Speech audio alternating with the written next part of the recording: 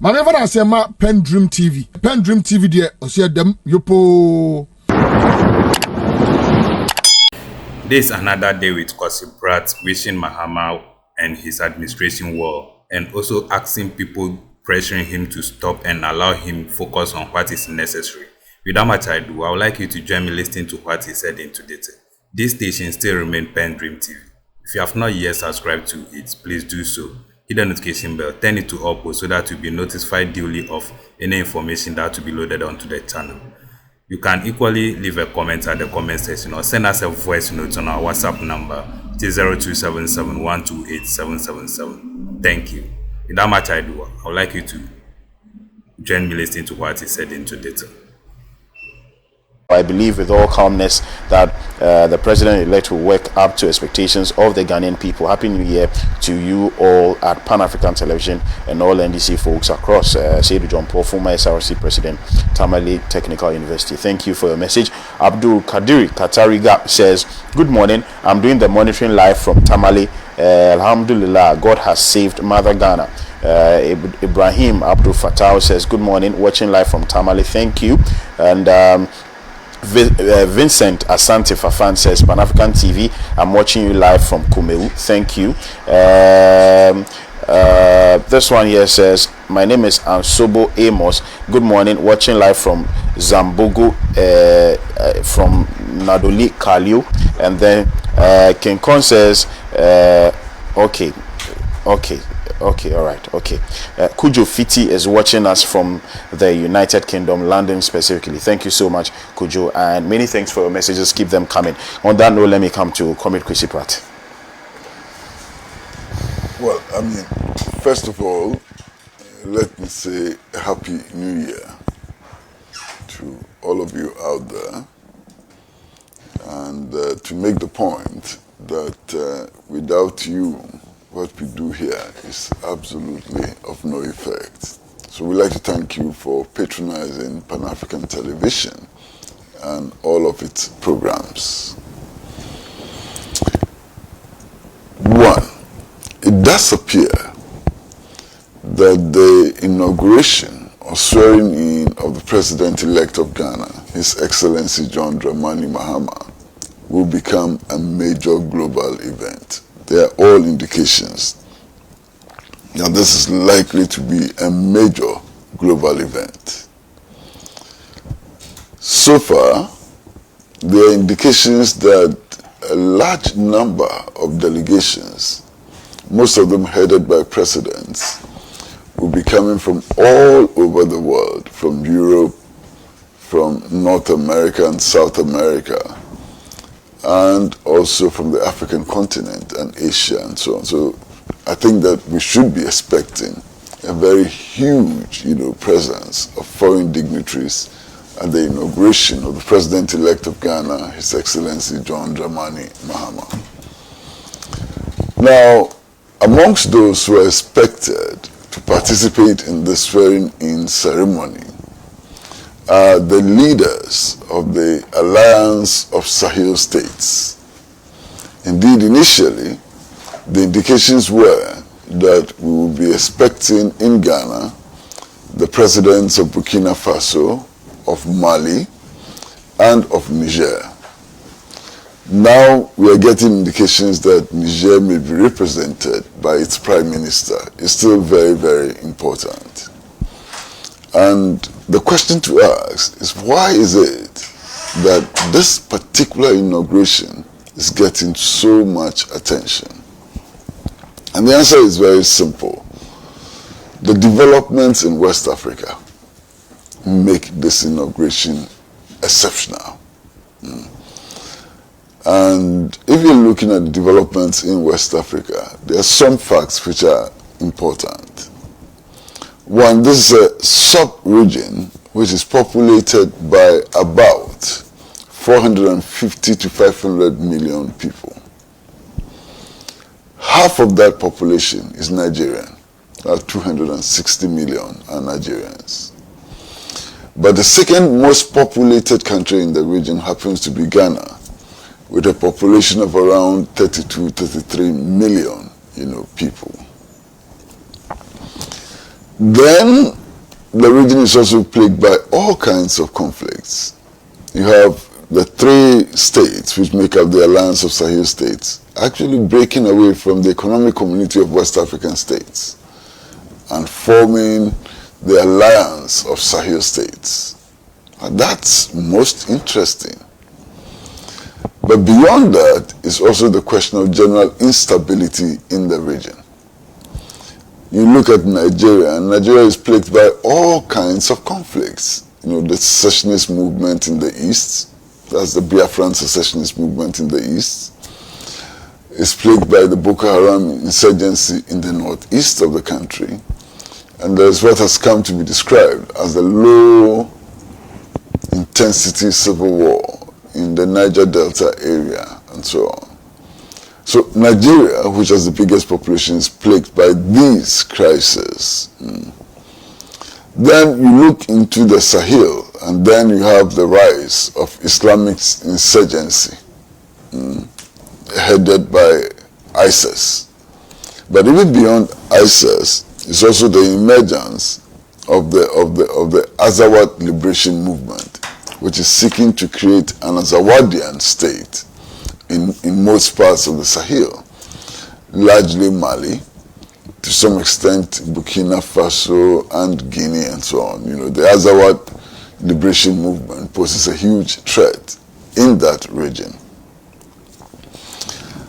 Now, in addition to this is the fact that this sub-region is plagued by the presence of many foreign military bases. The French have used this as a launchpad for military activities on the continent and elsewhere. So you had, for example, French military bases in virtually almost all the French-speaking West African countries. The United States of America had its largest drone base in Niger and so on. The NATO armies have been very active in the Sahel, allegedly in the fight against the terrorist insurgencies and so on. So this military buildup is also very significant, you know, in the sub-region and so on. Then there is a general economic situation which is not very healthy. I mean, Ghana itself has become a bankrupt country, virtually bankrupt country. We are so heavily indebted that we are unable even to service our debts and so on. So that's a huge problem, and it's a problem which is across the West African, you know, sub-region. Nigeria suffers its own economic problems with escalating prices of virtually all goods and services. Togo is not out of the woods. Benin is in economic crisis and so on. So the whole West African sub-region is in serious economic crisis. Now it is against this backdrop that President John Dramani Mahama, or President-elect John Dramani Mahama, has had this overwhelming endorsement by the people of Ghana. Now, why should this endorsement and his subsequent inauguration become such a major thing for the sub-region and the world? And it's important to note that Ghana has throughout its history been punching above its weight. Okay. Largely as a result of the charismatic leadership of Osajifo Dr. Kwame Nkrumah of the National Liberation Movement throughout Africa. He undoubtedly emerged as the strongest leader of the National Liberation Movement throughout Africa. And that gives Ghana some gravitas. Okay. Now beyond that also is the relatively more advanced state of Ghana. I mean, if you look at medical infrastructure, for example, today, many people from across the sub-region, when they have critical medical conditions, are flown to Ghana, come to Ghana for medical attention. They come from Sierra Leone, they come from Liberia, they come from even Nigeria and so on to Ghana for medical attention. That's important, okay? And because of this relative more advanced infrastructural development of Ghana, Ghana continues to become an attraction to many people in the sub-region. I have many friends in Nigeria, prominent friends in Nigeria, who virtually spend all their weekends in Accra. You know, they built houses in Accra, they bought houses in Accra, and they practically spend all their weekends in Accra. One, because they claim that Accra is relatively safer, and so on. I have a friend who says that anytime he has a project and he wants to rely on reliable internet and electricity, he flies to Ghana in order to complete his project, and then he goes back and so on. So this also gives Ghana, you know, some punching ability way beyond, you know, its weight and so on. Now, President John Dramani Mahama is not just been re-elected as president of Ghana. He's been president before, he's been vice president before, has actually worked in the ECOWAS parliament also before. And during his tenure, he played a very key role in ECOWAS. So that also brings something to the ticket and so on. But by far the most significant consideration is the fact that the outgoing president was clearly partisan and took a very negative stand when it came to the alliance of Sahel states. His administration supported the military invasion of Niger in order to restore President Bazoum, and that created a lot of headache. He personally went to Washington and sought the assistance of the Biden administration to confront, you know, Russian forces in Burkina Faso, as he alleged. He alleged that the Russian forces were in Burkina Faso, and he was offering Ghana as a launch pad, you know, to confront the Russian forces in Burkina Faso and so on. So obviously those in the alliance of Sahel states would have their eyes on Ghana. I mean, is that policy going to change? Is the new president going to take a path which is different from the path that the old president took? Now, it is interesting from what we are hearing that already President-elect John Dramani Mahama has begun conversations with some of his counterparts in the alliance of Sahel states. I'm told that he's had conversations with President Traoré of Burkina Faso. Now, that's a very significant development. Very significant development, also taking note of the fact that even before his election, he criticized his predecessor for that belligerent and aggressive stand that he had taken against the alliance of Sahel states. So it is to be expected that the leaders of the alliance of Sahel states would expect a change in policy and would therefore be willing, you know, to work actively with the incoming administration in order to improve the bilateral relations between Ghana, Mali, Burkina Faso, and Niger. But more importantly, to explore the possibility of building a new, you know, ECOWAS, which responds to the needs and aspirations of its people. And therefore, I'm not really surprised that these three heads of states initially indicated their willingness to participate in this inauguration and so on. Now, for me, the other important thing is that this month happens to be a very busy month. Ghana would inaugurate its president-elect, its president, on the 7th of January. We are expecting that President Maduro of Venezuela would also be inaugurated, take his oath of office on the 10th of January. And then there's the, you know, Donald Trump, which is also expected to be inaugurated this month. But in spite of all of that, Ghana is attracting a lot of attention. Now, for me, ECOWAS's position on the alliance of Sahel states simply doesn't make any sense at all. ECOWAS claims to be against military interventions in government and for democracy. What that democracy is, I'm not too sure of. Because if you look around the sub-region, very, very few countries, if any, are democratic by any measure. I mean, the way elections have been rigged, the way, you know, the people's power to elect their leaders has been played with in some of the countries and so on, clearly suggests that there's no democratic, you know, order which is worthy of emulation and preservation. So ECOWAS stand on democracy and so on doesn't make any sense at all to the citizens of these countries. And that's why the leaders of the Alliance of Sahel States appear to be extremely popular in the sub-region. I mean, Tuareg, for example, has become the Che Guevara of Africa, the new Sankara, and so on. So that stance doesn't make sense at all. Okay. Now, the other thing is that French neocolonialism is biting within the sub-region. We've had situations where, you know, all of these French-speaking countries have had to keep their foreign reserves in the Central Bank of France. They borrow their own money, they pay interest on their money, their economy is dominated by the multinational corporations from the colonial metropolis and so on. So there's huge resentment against French presence.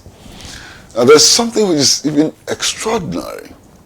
After the coup in Niger, I mean before the coup in Niger, Niger was classified as one of the 3 poorest countries in the world. Barely a year after the coup, Niger has risen to become the fastest growing economy in the world. That's a huge statement, you understand? So this French neocolonialism is very unpopular within the sub-region, and the masses of the people are looking up to leaders in the sub-region who will stand up and challenge the dominance and exploitation of the colonial metropolis, not just of France, but of all the colonial metropolis and so on. And that is how the election or re-election of the election of President John Dramani Mahama has become so very important. Now, I'm expecting, if this inauguration goes well, and there's no reason why it shouldn't go well, and it has all the presence of all these delegations from around the world, especially from the Sahel states, and some conversations begin around the inauguration, I'm expecting Ghana to play a leading role in the resolution of the crisis in ECOWAS. And because of that, it is even possible to predict that President-elect John Dramani Mahama could very easily become chairman of the ECOWAS, you know, to lead this effort at rebuilding the integration. You understand? There are many reasons why we should rebuild this integration. Bless. ECOWAS was founded by military leaders, largely by military leaders. At the time ECOWAS was being established, most of the countries in West Africa were under military rule. Now it is strange that this time round, I mean, we are splitting ECOWAS because of what we think are military coups. Now these are not just military coups, these are popular military uprisings, you know, with the full support, you know, of the populations. I've just returned from Niger, and I was shocked by what I saw, the mobilization of the people, the strength of the people, the support of the people for the regime, and so on. It's extraordinary, you understand? So I'm expecting that at some point, very soon, the president-elect will not just be president of Ghana, but would also become chairman of the Economic Community of West African States.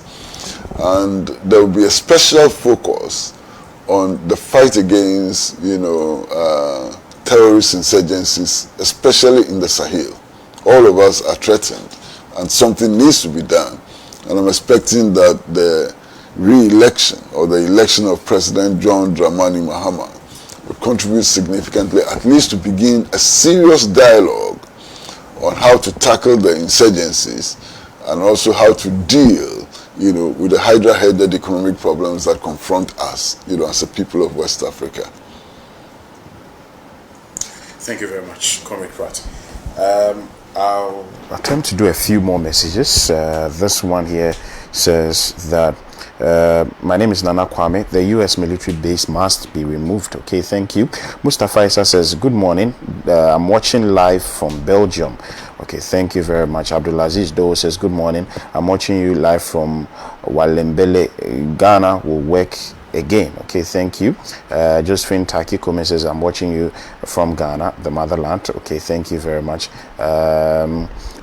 Teacher Shamsu says, good morning to you, Bless, and good morning to your panelists. Tomorrow's State of the Nation address should solely be an admission of Akufo-Addo's flaws and nothing more. I am so optimistic that in JM's first 120 days in power, we will be telling a story of prosperity, economic recovery, and rejuvenation of our country back on track. My regards to Honorable Felix Ofosu-Kwakye, MP-elect for Abra Sebu Kwaman Kwesi constituency. Thank you so much for your message. John Kennedy Tayman says, always watching live from Mantua, Italy. Okay, thank you.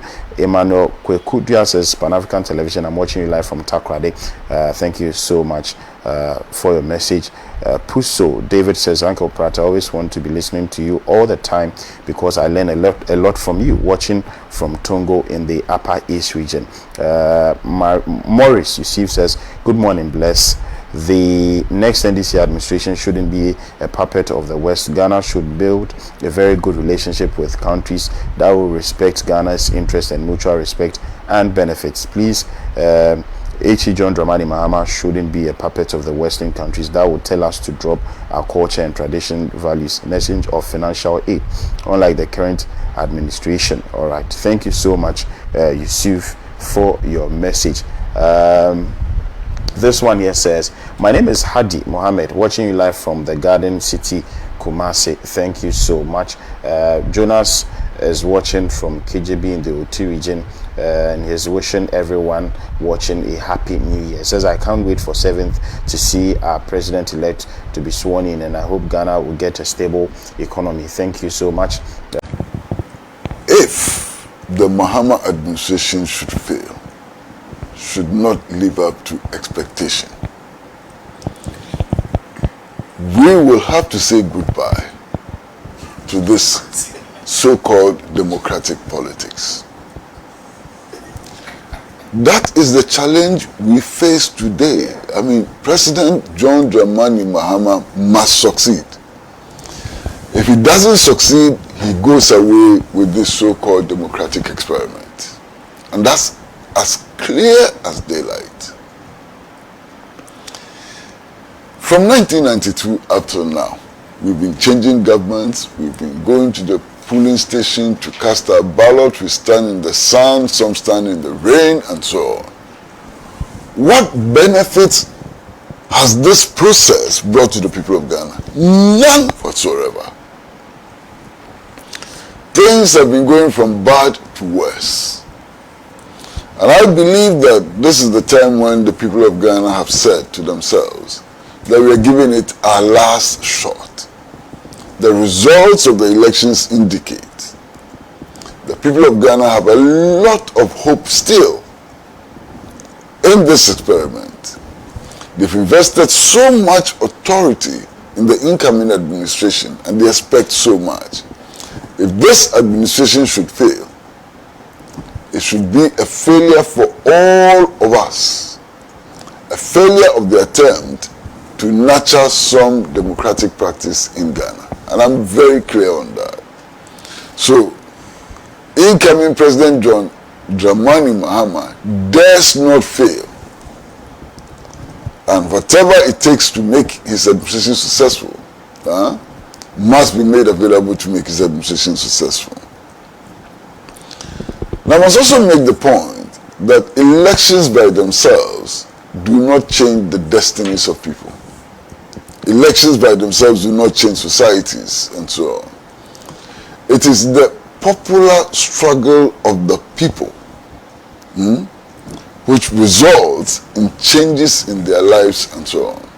So the mobilization of people, the articulation of alternative views and so on, those popular struggles led by organized labor against Galamsey and so on, needs not abate at this time. Well, it is those struggles which will bring to us what we aspire for. So popular struggles need to be intensified at this stage. Now, basically what are people looking for? What did President John Dramani Mahama promise, which got him so many votes, nearly 1.6 million more votes than his immediate contender, got? What is it? President John Dramani Mahama promised a lean government, and with that was the perception that we will have an end to a government of friends and relatives and so on, that we will make an effort to build a government that is relevant, a government that is lean and so on.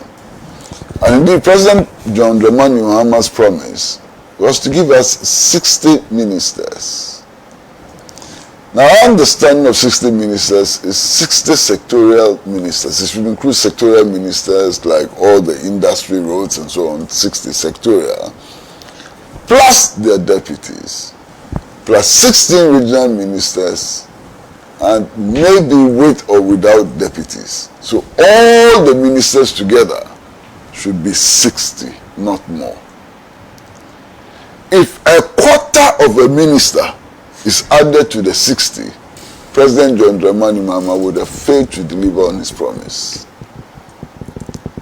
If it's possible to add a quarter minister to the 60, and he does so, it will be a betrayal of the people of this country. And we expect not more than 60 ministers.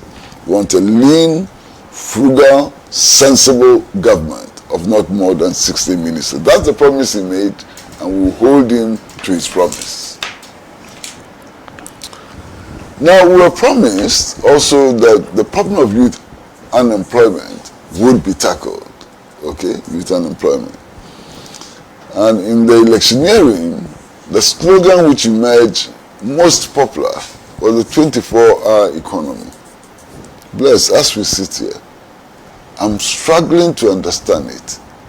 What does it really mean in real life, 24-hour economy? What does it really mean?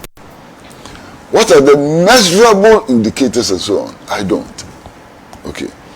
So it's important immediately for the president and those around him to tell us concretely, not slogans, concretely, what the measurable indicators are. What should we expect? 6 months from now, 2 years from now, when we look at the promise of a 24-hour economy, what should we count? What should we actually count? And so on. So we need measurable indicators. It's absolutely important. Okay. There's a general problem of escalating prices and so on. What can we do concretely?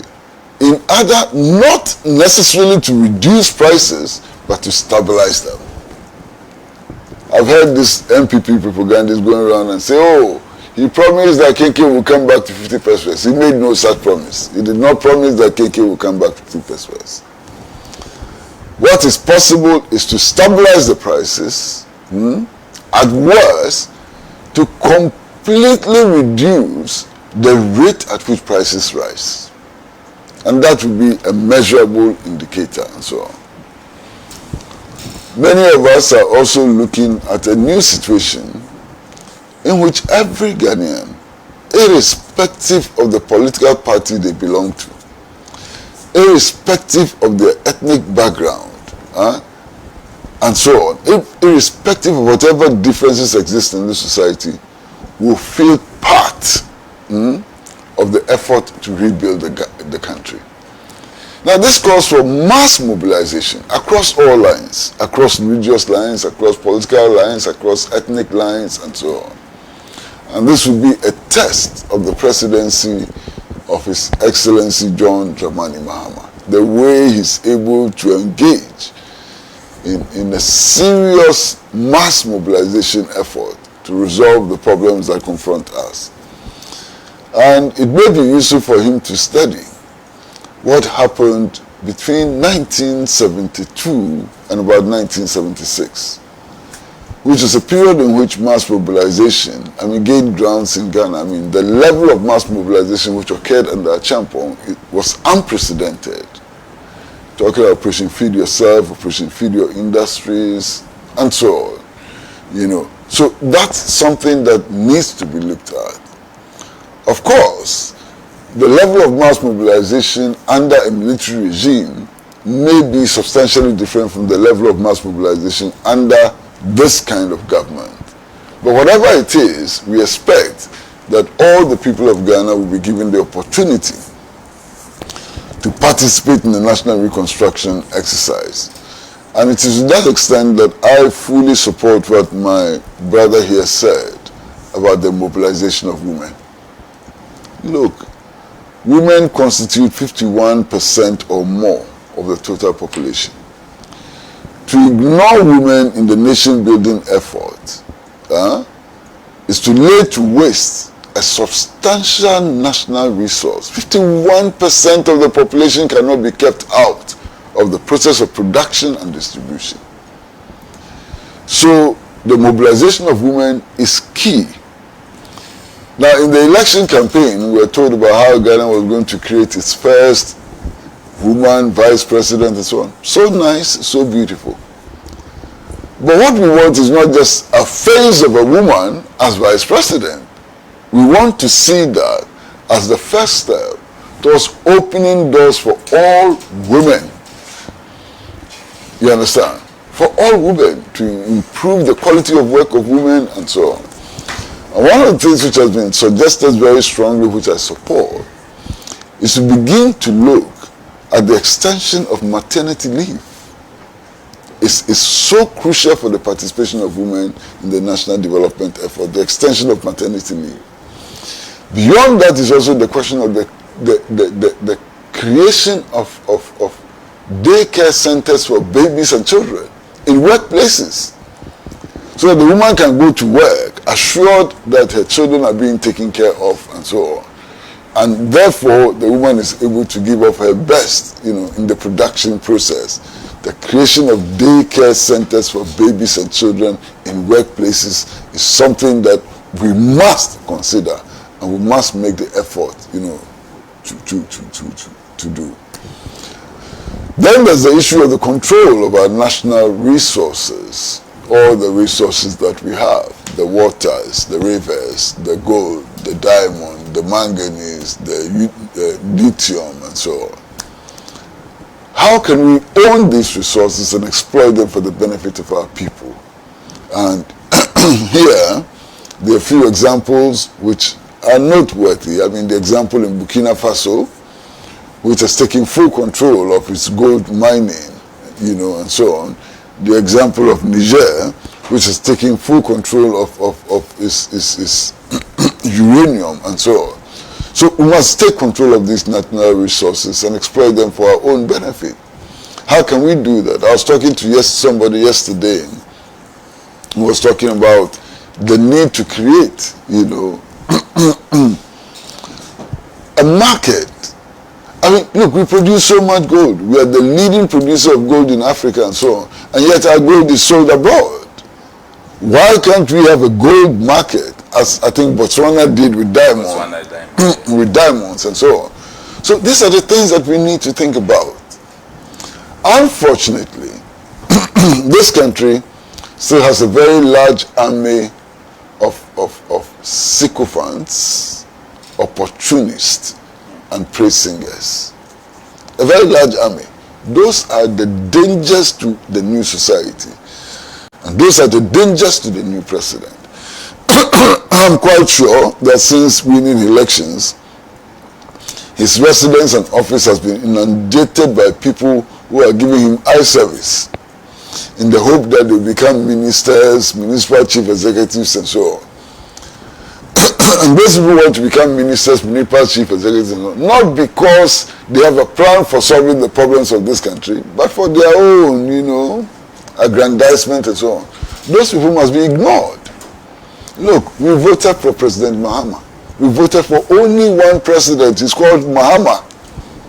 You understand? And the powers of the presidency are vested in him and him alone. He should be allowed to make his choices. All this silly pressure on him to appoint people and so on. The Constitution clearly spells out how people should be appointed.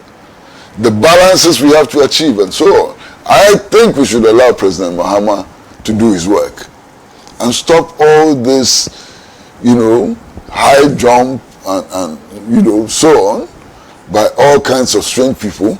All of a sudden, all manner of chiefs are coming up and telling us that they predicted his victory. They predicted it where? How come that we didn't know? And they work for his victory. All manner of charlatans in cassock are coming up, with all kinds of demands and so on.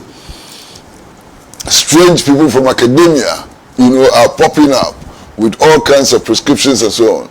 Listen, we know why we voted. President John Dramani Mahama knows why he contested to become president of Ghana and so on. Things can work. Let's leave the poor man. And really, he's a poor man. I mean, anybody who decides at this time to carry the burdens that we have on his shoulders must be extremely courageous, extremely naive, or I don't want to use the other words. You understand? So President Mahama is going to carry a very huge burden, and he needs the assistance of everybody, every Ghanaian, to be able to achieve what he's setting out to achieve. Of course, the assistance of all Ghanaians will not come, also just like that. It must be mobilized. He himself must give the indication that he's ready to work with all Ghanaians, in order to achieve those ambitions and so on. I wish the incoming administration well. I wish President John Dramani Mahama well. I hope that they learn important lessons from the NPP and its huge failures. They must learn those important lessons and so on. And I wish them well. I wish that they would help all of us to build the Ghana we want. You understand? And this morning I was listening to radio, very early in the morning I was listening to radio, and people are talking about roads, they are talking about schools, they are talking about hospitals and so on. That's all well and good. But see, roads, hospitals, schools and so on must happen within a context. If they don't happen within a context, they are useless. You know why? When you are building a road, you must ask yourself fundamental questions. Who would use the road? Will the road be able to contribute to the development of some sectors or other sectors? Ultimately, what do you want to do with that road in relation to how to improve the standard of living of our people? If you are building a school, you ought to have standards for education. Because without standards for education, just building schools is useless. How would that school contribute to eliminating the gap between rural and urban areas? How would that school contribute to alleviating poverty? How would that school contribute to our people understanding their history and using history as a weapon to fight for their freedom and so on? So everything must happen within a context, which context sometimes is referred to as ideology, or political program and so on. I want to see that context within which every other thing would fit. Thank you very much, Comrade Pratt. Messages still coming in. Good morning, host. Certainly, we voted for change to rescue Ghana and retrieve all stolen funds and state assets from our slave masters. Akufo-Addo has done extensive harm to the nation, so the state must withhold all his privileges or ex gratia with his officials to atone for their loots. Again, Akufo-Addo and his officials have breached their oaths of office to protect life and assets, so we cannot offer privileges to a group of nation wreckers who have caused irreparable damage to livelihoods, pensioners, banks, economy, as well as forest reserves and water bodies. Indeed, stolen funds and assets must be used to reclaim our forest reserves and repay our debts. Thank you very much. Ken William sent this one.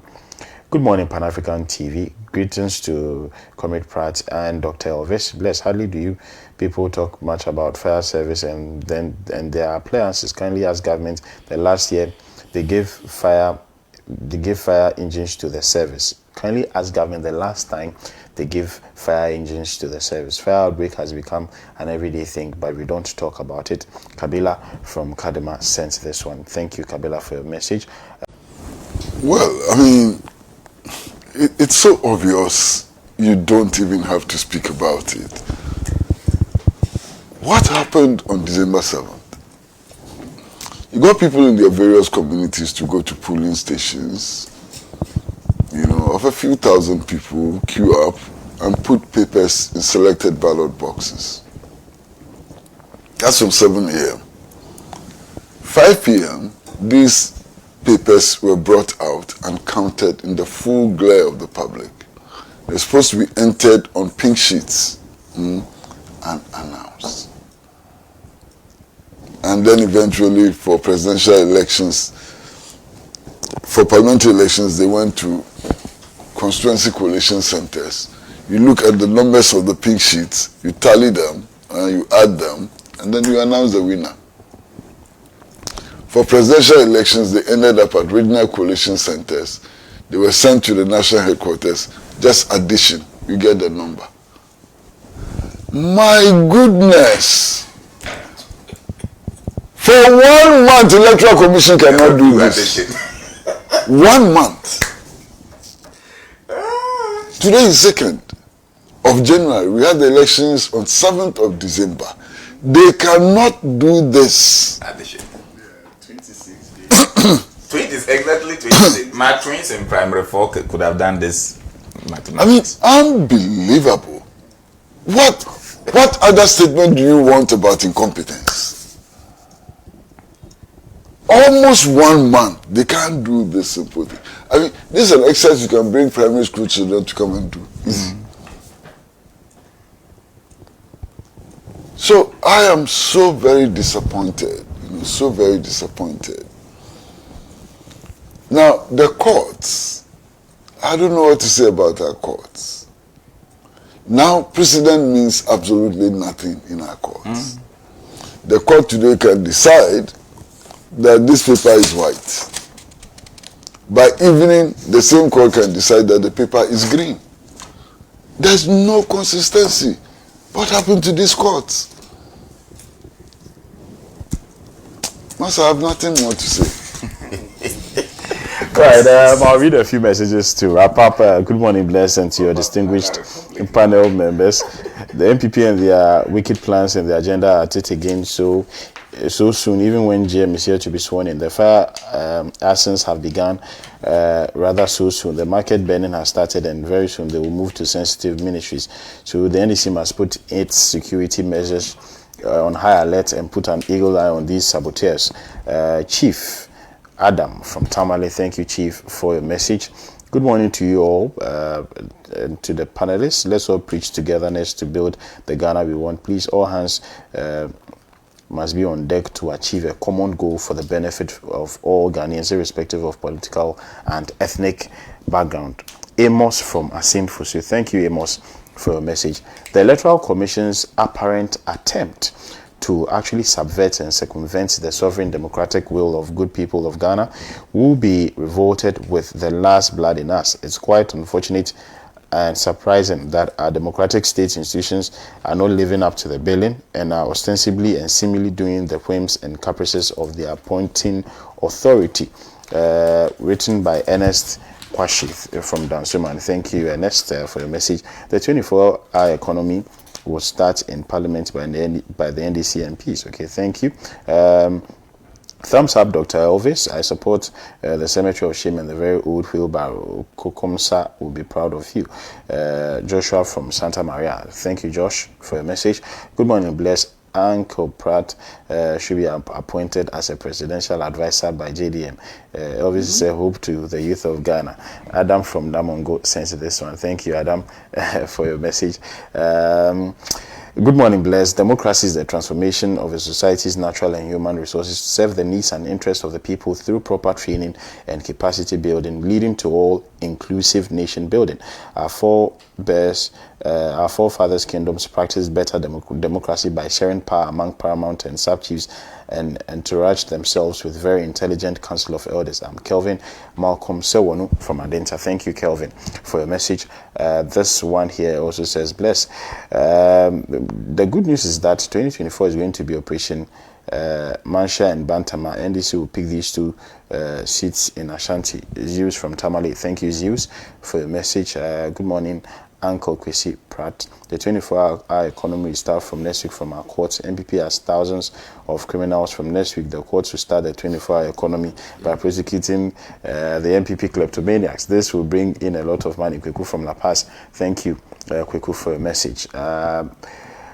Bless, hope you are good. You have not responded to any of my messages. Kindly give my number to Senior Pratt. I really need to chat about great things with him. Okay, thank you very much for your message. I'll see how possible that would be. H. John Paul says, good morning, I'm watching live from Damongo in the Savannah region. I want to wish Ghanaians a fruitful year ahead. I think I've already done this message. Thank you for staying tuned. PENDREAM TV really appreciate your time on the channel, and once again ask you to subscribe if you're a new member. Share to other members to also watch as well. Thank you. PENDREAM TV now, so far so good. Say open online portal e Ghana. Nipa share, nipa follow, nipa comment here. To my best of knowledge, without any biases, PENDREAM TV.